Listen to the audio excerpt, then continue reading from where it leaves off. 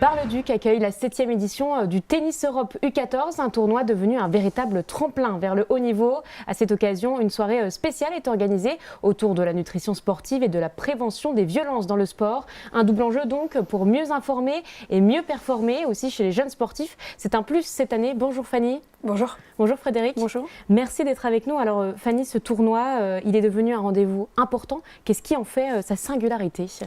C'est avant tout l'équilibre entre le sport de haut niveau et puis le projet profondément humain qu'on a voulu mettre en place à Bar-le-Duc. Profondément humain parce que le cadre est un petit peu différent. On est dans un quartier prioritaire, on est dans une ville à taille humaine. Et l'objectif aussi, c'est vraiment que le tournoi soit un support pour toutes les animations qu'on met en place durant la semaine. Et justement, c'est accessible à tous pour ouvrir un petit peu les portes à tout le monde. Au-delà de la compétition, ce sont des bénévoles qui préparent ce tournoi. Frédéric, vous êtes une bénévole depuis le début. Qu'est-ce que ça représente pour vous de préparer ce tournoi ? C'est une super aventure humaine en fait. Chaque année, on attend la saison, le tournoi de l'année prochaine, l'année suivante pour se retrouver.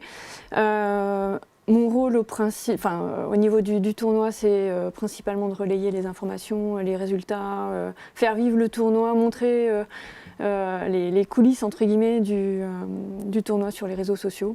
Ce qui s'y passe. Voilà, tout ce qui s'y passe. Et justement, chaque année, vous avez des jeunes joueurs qui viennent du monde entier, qui foulent les cours meusiens. Pourquoi ce type de compétition, il est structurant pour le parcours de haut niveau ?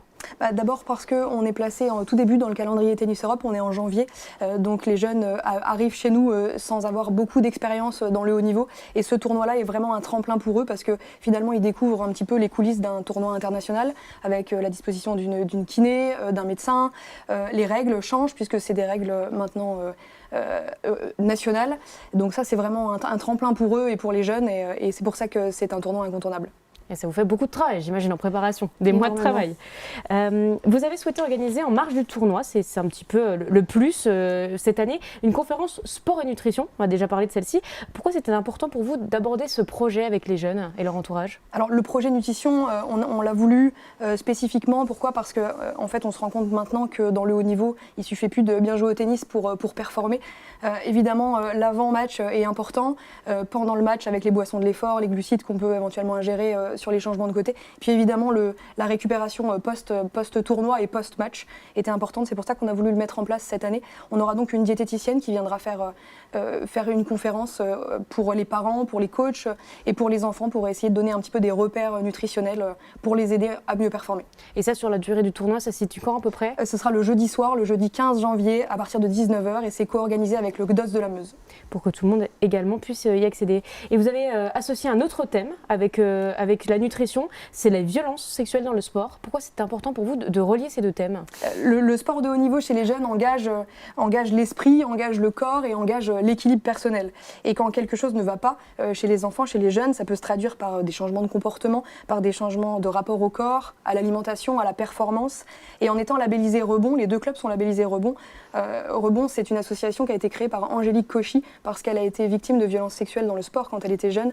Et grâce à Rebond, notre objectif, c'est vraiment de sensibiliser pour que l'adulte, pour que le coach, pour que l'éducateur puisse être alerté suite à ces changements de comportement par les enfants. C'est pour ça qu'on a voulu mêler ces deux thématiques-là. Et justement, vous l'aviez reçue l'année dernière, Madame Cauchy, pour parler un petit peu de tout ça. Aujourd'hui, avec ces thématiques qui sont quand même très fortes, au-delà de la performance, quel est le message que vous voulez faire passer à ces jeunes, aux parents ? Le sport doit rester un espace de confiance et de sécurité. Et l'objectif ici, c'est de prévenir et c'est de ne pas avoir peur de le faire, de vraiment alerter dès qu'on voit qu'il y a un changement de comportement chez les enfants. Alors le tournoi de Bar-le-Duc a vu passer de nombreux joueurs comme Moïse Kouané, j'espère de bien le dire. Que représente ce type de parcours pour des jeunes qui débutent et qui participent aujourd'hui au tournoi ? C'est un exemple pour nous, parce que pour les jeunes et pour évidemment leur entourage, parce que Moïse est venu chez nous en 2021. C'est pour ça qu'on l'a mis sur notre affiche, parce que depuis il a bien grandi, il a poussé, mais surtout au niveau des résultats sportifs. Il a été quart de finaliste notamment à Roland-Garros Junior. Maintenant, il est aux alentours de la 1100e place mondiale. L'année dernière, il était sparring partner à Roland-Garros de Yannick Sinner. Donc c'est pour ça qu'on a voulu le mettre en avant, parce que c'est des parcours comme ça qui motivent les jeunes. Et de toute façon, on sait que les meilleurs enfants viendront et passeront par Bar-le-Duc. C'est pour ça qu'on a voulu maintenant, au bout de 5, 6, 7 années, on est à la 7e édition aujourd'hui, et mettre en avant maintenant les jeunes qui ont réussi. et justement ça attire aussi ces joueurs-là. Que diriez-vous à quelqu'un qui hésite à se lancer? Alors, je vous pose déjà la question à vous, Fanny. Quelles sont les conséquences pour les gens qui viennent soit jouer, soit assister au match? Ils peuvent évidemment donc venir voir les jeunes qui sont en devenir, mais ils peuvent aussi assister à toutes les animations qu'on va mettre en place sur la semaine. On va mettre en place une sensibilisation au handicap, une sensibilisation au tri des déchets, puisqu'on a un nouveau partenariat avec Unicité, et c'est donc les jeunes en service civique qui vont venir faire cette animation-là. On va aussi mettre en place une animation avec NJ, J'apprends l'énergie. Et il y aura donc des jeunes de Bar-le-Duc. On va recevoir 250 enfants barisiens des écoles primaires. On va mettre en place une sensibilisation pendant 2 heures à 66 enfants de l'école Camille Claudel aussi, grâce à l'association Rebond. Donc au-delà du tennis, on va bien plus loin et on se sert vraiment de toutes ces animations-là pour faire vivre le tournoi. Et donc je leur dirais de venir à Bar-le-Duc pour découvrir le tennis, pour découvrir la super équipe que j'ai la chance de côtoyer, et puis évidemment donc les animations qu'on va mettre en place toute la semaine. Que diriez-vous à quelqu'un qui hésite à venir à ce tournoi justement? Venez, tout simplement. Venez pour s'amuser. Pour s'amuser et éventuellement aussi manger une crêpe parce qu'on fait du snacking.